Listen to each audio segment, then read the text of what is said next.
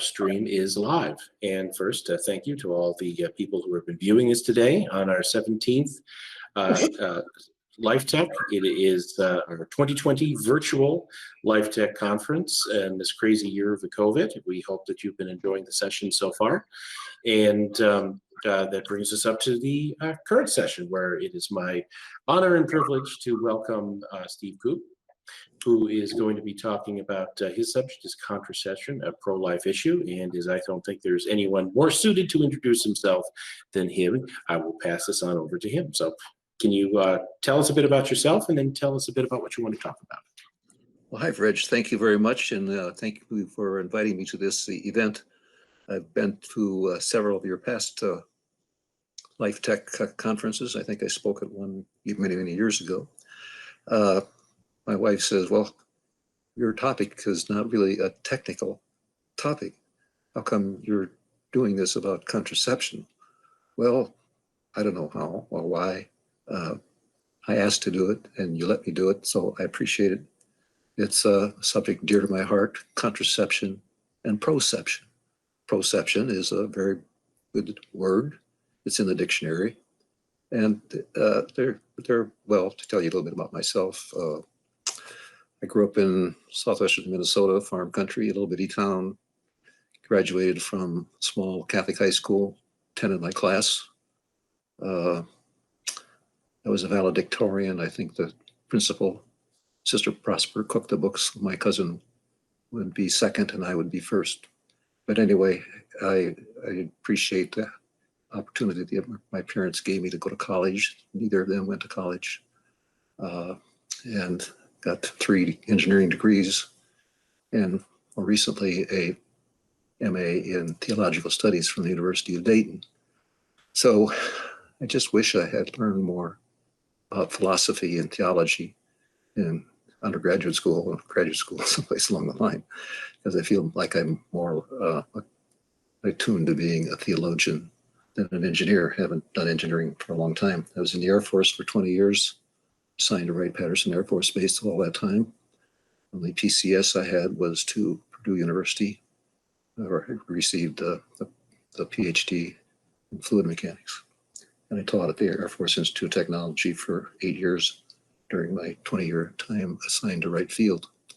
The rest of the time I was in the laboratory, either as a researcher or as a branch chief for a while. That's an honor. But anyway, I'm married. I claim 20 children, but 5 of those are grandchildren that live with us, so I'm kind of their foster father. And the rest of them are legitimate. 5 of them are adopted. Vivian and I have, I think, 19 grandchildren. So that's kind of this quick run through of my life. I've been in the pro-life movement since right before I retired from the Air Force. I ran for state representative in Clark County against 2 pro-aborts, David Hobson and David Hurley. As an independent, I got 10% of the vote, which people thought was pretty good. I thought it was terrible. I thought, man, surely there's 33% or more out there that would vote for me, but they didn't. Anyway, the most important issue, well, I've been in several Right to Life organizations, Ohio Right to Life, Clark County Right to Life, Dayton Right to Life. Started an American Family Association chapter here in Dayton to confront obscenity and pornography. Started with my wife, Elizabeth's New Life Center, which she has taken to enormous heights with 7 pregnancy resource centers scattered from Cincinnati to Sydney. Saves over 2,000 babies a year. So I'm very proud of her and the work that she's done. My claim to fame as a co-founder that's about all I did. So, and while I was working with Mary Ann Walsh at Dayton Right to Life Society in the late 1980s, Mary Ann said to me one day, "Steve, I think contraception is a root cause for abortion." I said, "Mary Ann, I agree with you." The next year we started One More Soul to help people understand how contraception leads to abortion and how children are a blessing. Mary Ann and her husband Jim had 10 children. And I asked her one day, well, Mary Ann, how come you only have 10? I thought maybe she used natural family planning or something. And she says, well, that's just all the children God gave us. And I knew what she meant. So today I'd like to talk about contraception and the possibility of it being a pro-life issue. Should it be a pro-life issue? Abortion is the primary pro-life issue of our time, as all of our listeners and viewers realize and know. You're all pro-life, I'm certain. And there are hundreds of organizations that do what they can to prevent abortion. From 40 Days for Life with their magnificent programs, 80 days of the year, they're out there, they're praying, they're speaking to women coming in, boyfriends or husbands or whatever, and they save babies all over the world. It's incredible what they do. And of course, there's national organizations, National Right to Life, and Americans United for Life, and Human Life International, American Life League, Pro-Life Action League, et cetera, et cetera, et cetera. And then there's Doctors for Life and Lawyers for Life and every other kind of pro-life organization that you can think of. So what about contraception? The pro-life movement is well aware that contraception supports abortion in 2 ways. So shouldn't it be considered as a pro-life issue? We all know that contraceptive methods fail, and that often brings the woman to either a pregnancy support center or a pregnancy termination center. And both these organizations conduct interviews of their clients, intake interviews, and they'll ask them, well, how did you get pregnant, or whatever, how they word it. But from these surveys, we find out that, whether it's one organization or the other, about 50 to 60% of women that come to them claim they were on a contraceptive before they got pregnant. Well, if they hadn't been on a contraceptive, they still would probably get pregnant, but they were trying to avoid getting pregnant, but that failed, and so they got pregnant. So we can argue that contraception leads to abortion. Therefore, we should be doing what we can to prevent contraceptive use. I've heard people say, and I suspect it's true, that we'll never completely eradicate abortion unless we can eradicate contraception. The other way that we know that contraception leads to abortion is because the most common forms of contraception are hormonal based.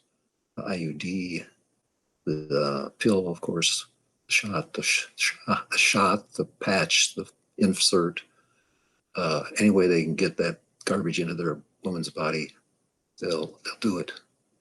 And we all know that hormonal contraceptive supposedly has 3 mechanisms of operation.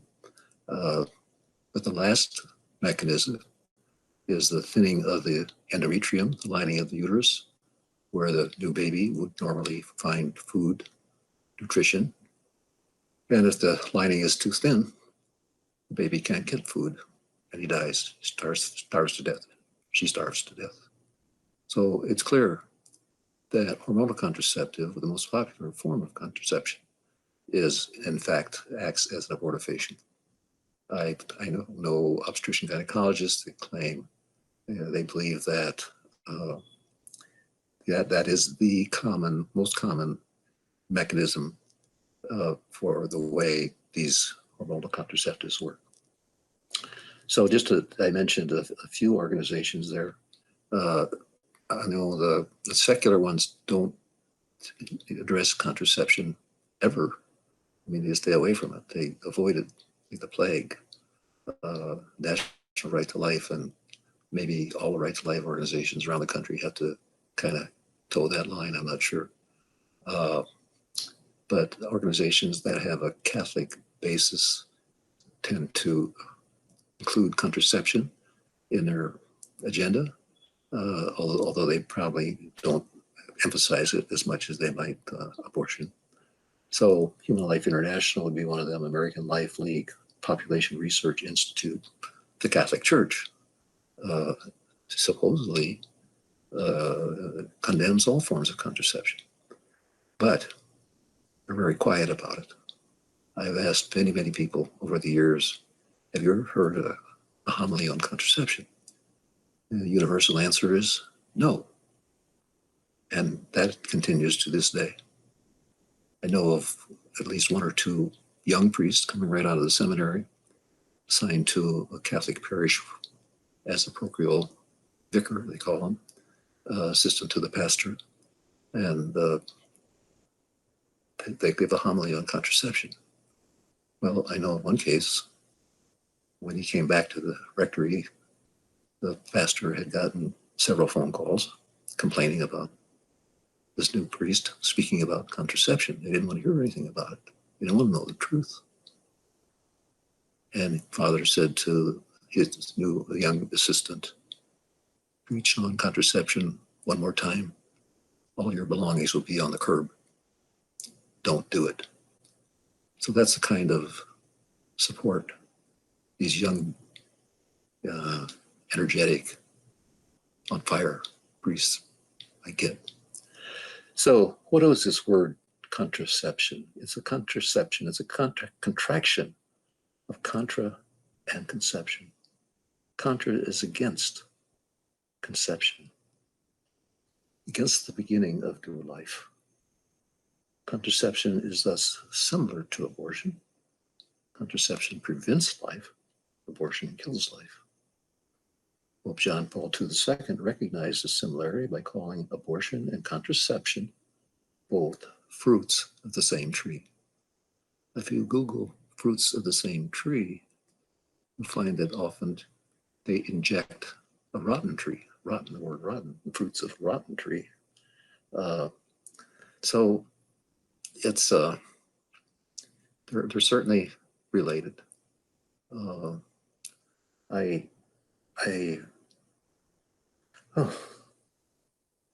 like to think about some of the people that I've met along the line, my Life with One More Soul conferences and different things like that. And I've been active with, when I started with One More Soul, one of our missions, part of our mission was to promote natural family planning. And over the years, I've become more concerned about natural family planning. The church approves natural family planning. And I wonder, well, how can that be?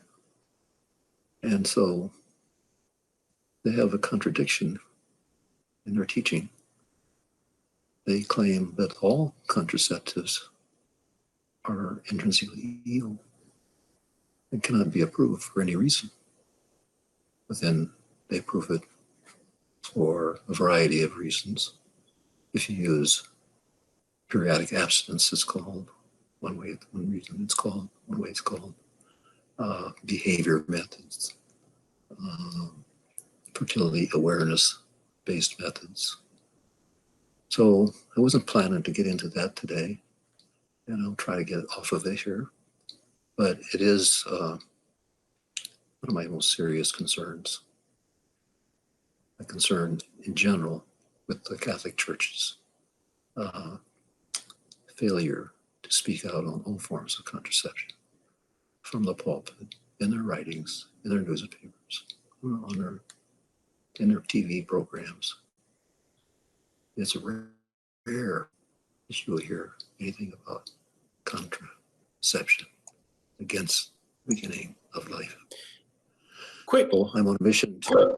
Yeah, a quick question. And why do you think that the idea of asking people effectively to be responsible with their bodies and the bodies of their partner, why do you think that maybe organizations have kind of thrown in the towel and assumed that just contraception is going to or rather sex is going to happen. We'll just not talk about contraception and instead deal with the abortion, since it's, to your point, one kind of leads to the other. If you encourage people to engage in risky behaviors where there's a chance of having a child result, then you're increasing the chance of of a pregnancy that would then cause somebody to turn towards a Planned Parenthood or something like that. Why have we thrown in the towel, as it were, on the idea of teaching, whether it's abstinence or teaching the right practices? Why have we not spoken out about contraception in the past? Is that just a fair question? Or? Well, yeah, it seems that we've focused on abortion, and obviously that's a huge issue to focus on. But it's not in isolation. There's a entire chain of events. I know that just in my experience, that people have kind of done, well, people are going to do what they do, and it's not something they even want to think about or try to challenge, and they will focus on the abortion instead. It's like it seems you're focusing on a link of the chain that is far down the line. There's other things to focus on that happened before that. Well, one of the things I could focus on was chastity, being chaste, being modest in your dress, and avoiding the occasions of sin, sexual sin. I don't think you hear about that either these days. Maybe people do in some religions, some denominations, some churches.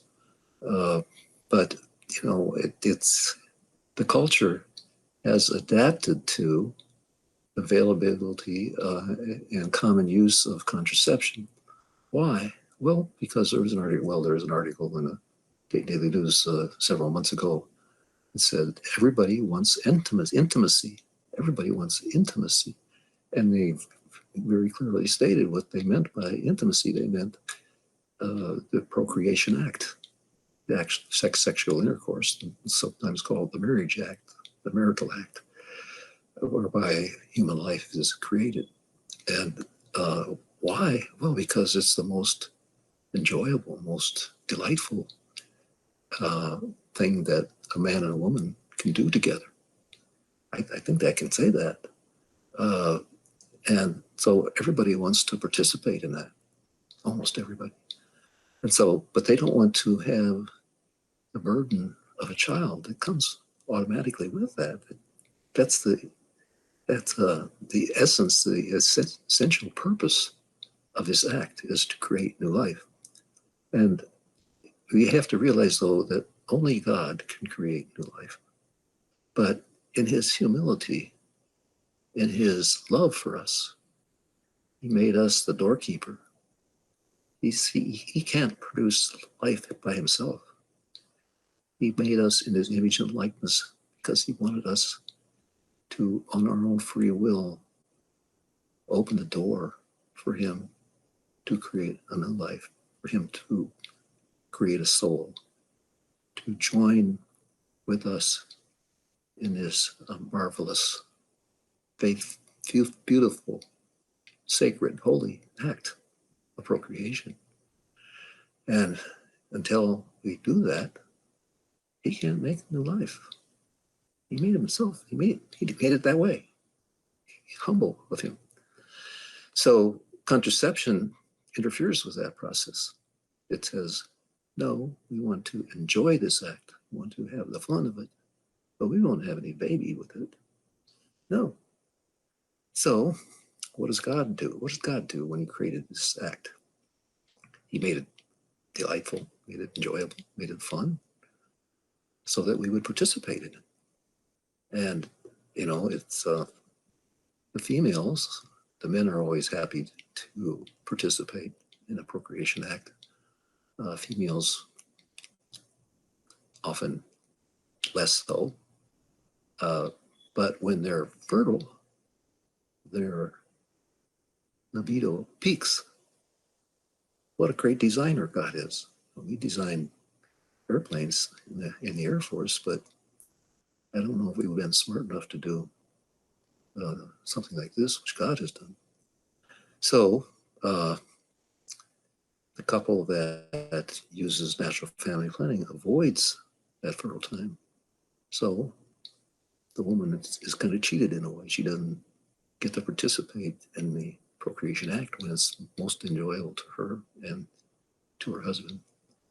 In general, though, contraception is one of the side effects, I guess, of it. I mean, its main purpose is to prevent conception, prevent birth. Another name for it would be birth control or family planning. But if you engage in contraception, birth control, family planning, you're not going to get the same pleasure from it as if you were not using contraception. A young man at Elizabeth Midlife Center several years ago said, when you use a condom, you're having sex. When you don't use a condom, you're making love. It's very intuitive, I thought, very, very correct. Couples that use contraception have a higher probability of divorce than those that do not. We created a pamphlet at One More Soul several years ago, the connection between contraception and divorce. And the heart of that pamphlet was a chart of total fertility rate and divorce rate on the vertical axis and time on the horizontal axis. And it starts in 1800 and ran to 2015 or something like that. But it was amazing to me because in 1800, the total average American woman birthed 7 children. She birthed 7 children. Now, at that time, she probably lost 2 early in her lives. But she was happy to have children. Children were recognized as a blessing. She didn't have any running water in her house. She didn't have indoor toilets. She didn't have a car, electricity, supermarkets to go to. And yet she birthed happily 7 children. Now, in 1839, Charles Goodyear invented the vulcanization of rubber. What did he do? He immediately applied it to making condoms and diaphragms. And there had been a small, family business starting up when people were making sausages. They used the intestines of animals, but they also made crude condoms. So between 1800 and 1840, the total fertility rate average dropped a little bit. By beginning in 1840, the drop was precipitous. And Andrea Tone, in her book, Desires and Devices, or Devices and Desires and Devices, documents the history of contraception in the United States. And she claims that it was this invention that caused the use of contraception to escalate. And in 100 years, the average total fertility had dropped from almost 7 down to 2. So by 1940, it was down to 2. And it's hovered around 2 for quite a while and then went up during the Second World War and immediately after. But then the pill came along, the second great technology advance in contraception. And again, total fertility average dropped down to 2 again. And it stayed around 2 ever since. It's way below 2 now, 1.7. We're not even reproducing ourselves anymore. So divorce was plotted along with this total fertility rate average. And it starts out at 0 in 1800. No data. And then it gradually increases, but not as fast as the total fertility rate drops. So it takes a while for the marriage to go sour on contraception, but eventually it does. And the divorce rate rapidly increased. And when the pill came out, it just shot way up, way up. So that's one of the risks of contraception. It's not only anti-life in the sense of preventing life from beginning. It has an effect on marriage, which marriage by purpose and by definition, by God's design, is to create new life, create children, and continue the human race. So the life of the marriage, the life of their progeny, is also decreased by the pill. So, and all kinds of contraception, doesn't matter. What are some other harms of contraception that are anti-life? Well, all the hormonal methods are unhealthy in several ways. The birth control pill is well documented to increase the risk of breast cancer, ovarian cancer, and when I say the pill, I mean any hormonal contraceptive, stroke, cardiovascular events, heart attack in young girls, for example, just unheard of before the pill, not very common with the pill, but certainly a risk. What else? Well, it affects the environment. The estrogen in the pill, when urinate, goes into the recovery system, the sewage treatment plants. But estrogen is one of those forever chemicals that we hear about now that the water treatment plants would like to get rid of. I don't know that they focus on estrogen ever, but the effect on the environment is that the fish in the streams that receive these byproducts of our bodies are affected. I believe it's the male fish that have been depopulated. And other people, and some people say that there's been a drop in male fertility, sperm count, that they attribute to the water that we drink, which has estrogen in it. So, that's actually, if I may real quickly, I saw a study on that. I don't recall all the details. It was a few years ago, but it was in the River Thames in the United Kingdom. And there were serious changes in fish and other amphibians, and they determined it was because of the hormones. And one of the primary causes were some of the pills that people were just throwing out, flushing down the tube, and that they were appearing in quantity in the river. and I've also read where the factories where these pills are manufactured, the workers that work there are at higher probability of getting cancer. I suppose most of them are women that work there, and they end up with breast cancer or ovarian cancer just because they have some of the powder maybe get into their lungs or into their body. Somehow they breathe it in. We're concerned about the coronavirus. They should be concerned about the powder from these pills and these chemicals. But yes, thank you so much for that interruption. And so maybe it'd be good to tell you a few stories. When my first wife and I came to the Air Force Base, Wright-Patterson, back in 1962, we had our first child with us, and we moved into a cul-de-sac that was populated by people that all moved in about the same time. The area had all been renovated. We all had new furniture, new rooms, new paint, new whatever, washing dryers. And so we got to know each other. We were there for 3 years. And when we left in 3 years, we had 3 kids.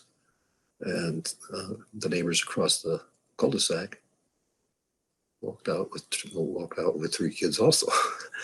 So the mother of those 3 across the cul-de-sac Uh, I remember this vividly. She came charging out of her house on a Saturday morning. Some of the other mothers were sitting down at the picnic table folding diapers, and she's screaming at the top of her lungs, "I'm pregnant! I'm pregnant! I just know it! I'm pregnant!" And I thought, well, how could she know she was pregnant? And well, she knew because Friday night was one of the most beautiful nights of their marriage, apparently. And she had these experiences twice before. So I thought it was just a beautiful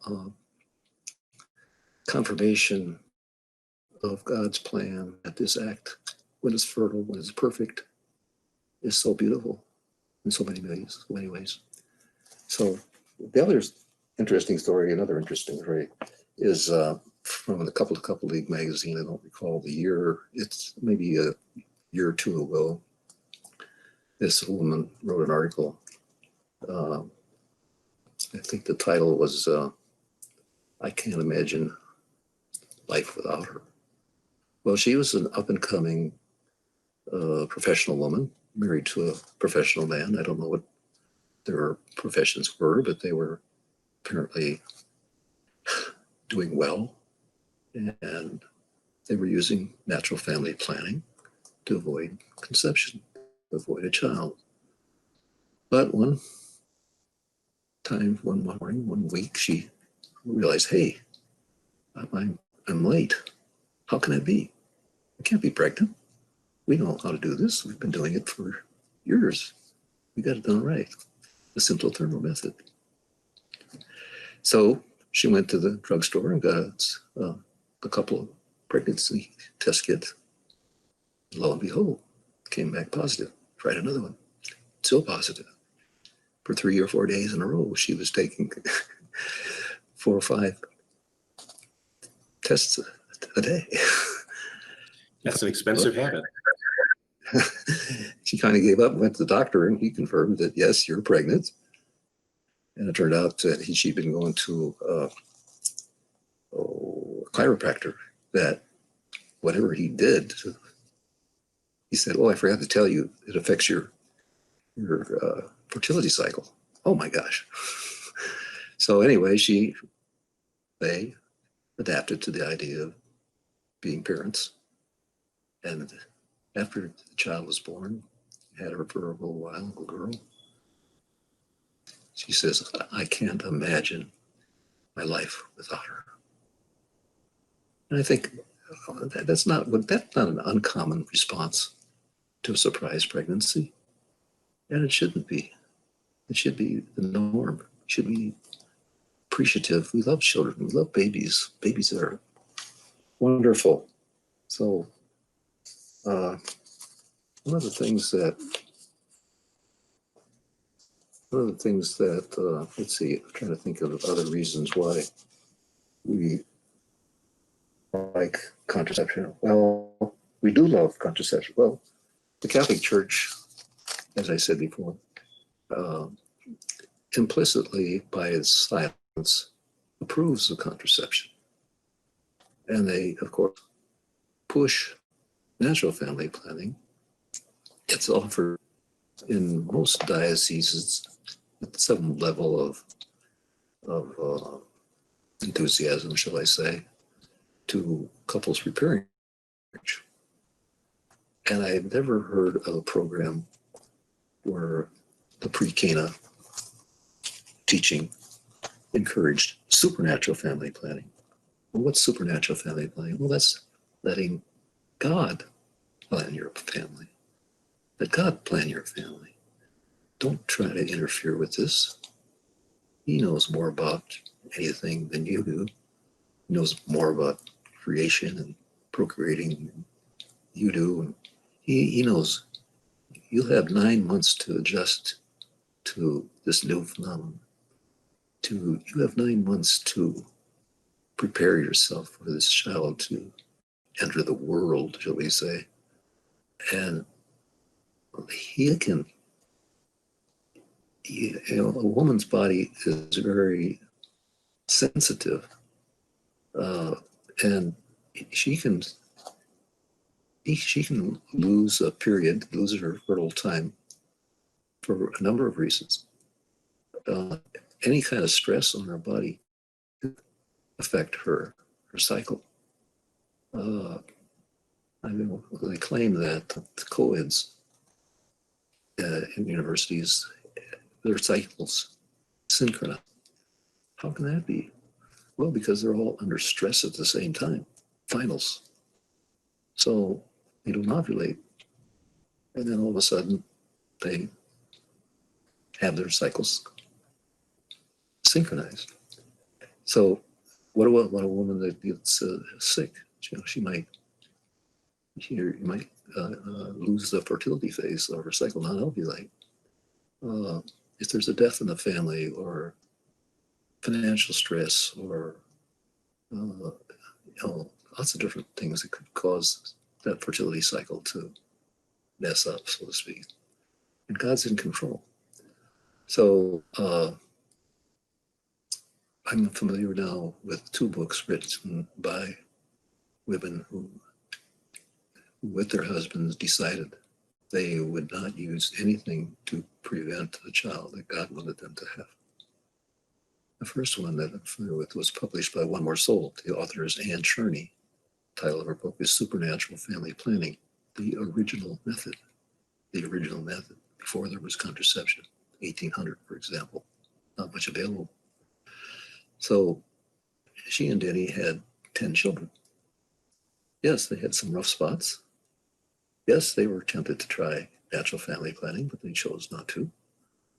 And when their fertility times were over, they had 10 children. And the last time I checked with her, they had 50 grandchildren. All 10 of their children were married. The older ones had large families already.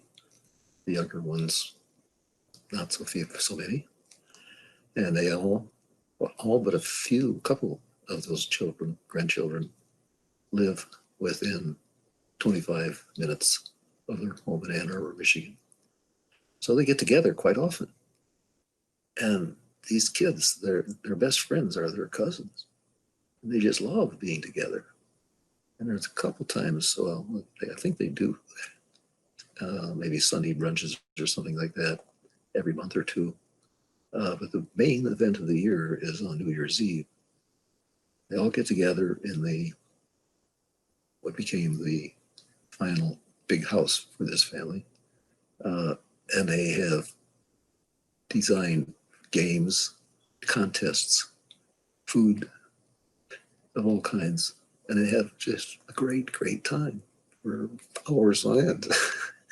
And Anne tells about sitting and just watching this, just being with this, and saying, this is got to be like heaven is going to be. And when you think about it, the child that you contracept, God, before time began, God conceived of the people he wanted to have with him for all eternity. He knew everything. He knew how everything going to shake out. There were no surprises for him.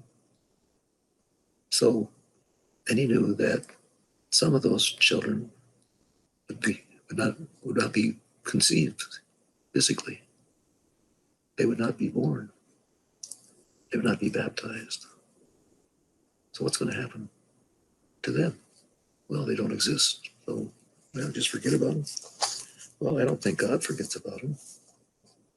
I'm thinking that maybe at the end of time, end of the world, when Jesus comes again, God will go to plan B and create those children that were missed by contraception. In his mercy, in his love, I think is a real possibility. I don't know if there's any theologians that ever have considered that, but maybe that's what will happen. The other book that I know about that was written by another couple that did not use any form of contraception was called Natural Family Planning and the Christian Moral Code. was definitely against natural family planning, as Anne Cherney's book is. In the case of Anne Cherney's book, Supernatural Family Planning, she could not get to a point where she would condemn natural family planning. She still thought there are situations where it should be approved, should be allowed. And it is, according to the church. But even though they never used it, and even though her book gives all the arguments against natural family planning, as does Jean Dvorak's book, Natural Family Planning in the Christian Moral Code. Dvorak's ended up with 14 children in Minnesota.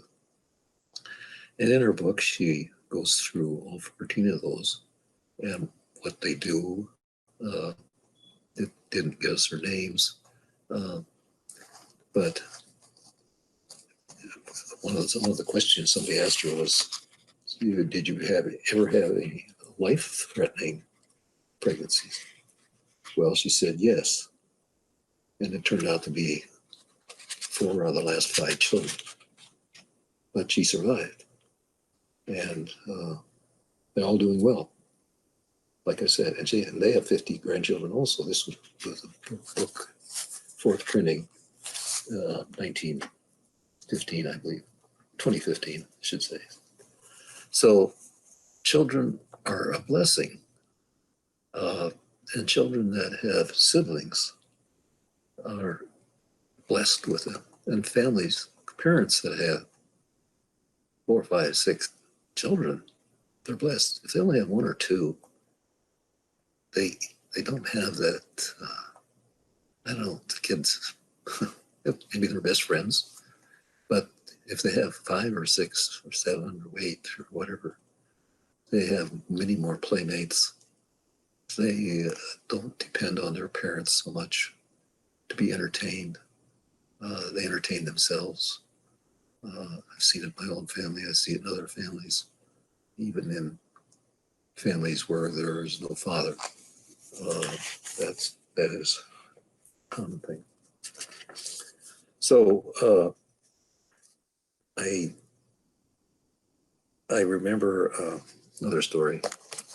One more soul used to do teacher training, NFP teacher training, and we typically taught the Family of the Americas method, Family of the Americas Foundation method, which is a mucus, cervical mucus only method, like the Billings method. So I was checking in the people that were coming to the class, and one of the ladies said, I asked her why she was there. And she says, well, we really like NFP. I was a virgin at engagement and start of our marriage. So my doctor wanted to put me on the pill, have my body adjust to it before the wedding. So I let him do that. My husband-to-be and I decided that we wanted to wait a year or 2 before we'd have a child. So she was on the pill, honeymoon, first few months of marriage, and she said, I enjoyed sex, the intimacy, procreation act, but it wasn't mind-blowing. And then we decided to start opening ourselves up to a child. So I got off the pill. And she said, wow, what a difference. Oh my gosh. Sex changed from ho-hum to mind-blowing. And so she was there to learn how to use it when they wanted to use it, use it when they didn't want to use it or whatever. But it's again confirmed to me the harm of the pill, the importance of children to marriage, to the church, to life, to our culture. And it was a good deal. Natural family planning has this dual purpose of being available to increase the probability of conception or decrease the probability of conception. another lady told me, no, without natural family planning, we wouldn't have any children. Now we have 3. We'll probably never have any more. But there was just a few hours in a cycle where I could get pregnant. And with natural family planning, we knew when that time was. And now we have 3 beautiful children. I have to, excuse me, we're up almost against time here. And I did want to ask one question. This has been very thought-provoking. And would you say that there is an argument to be made that the drive to prevent pregnancies through, whether it be through the morning after pill or various other contraceptive methods and all the focus that's been on it, do you think that there's an argument to be made that it's been perhaps more damaging to society from secondary and follow-on effects than abortion itself? Absolutely true. Contraception changed our culture. People say, well, we were an agrarian culture almost exclusively back in 1800. And as women, as couples reduced their family size, the wife became more available for a job. And so there were 2 incomes coming in. They could afford a car, they could afford a nicer home, they could afford TV, some of the finer things of life. But what did they lose? They lost children. And there's an article written by William Newman, maybe, that I try to get. It's a commentary on John Paul II's statement that abortion and contraception are fruits of the same tree. And he, in this article, which I can only get to the abstract, he talks about many ways in which contraception affect the culture. We've talked about a few things here, but just a small few. We live in a totally fake world. And of course, it's the only world we've lived in. So it's our normal. We talk about what's the new normal going to be. I would love to see the new normal be what it might have been if we didn't have any contraception.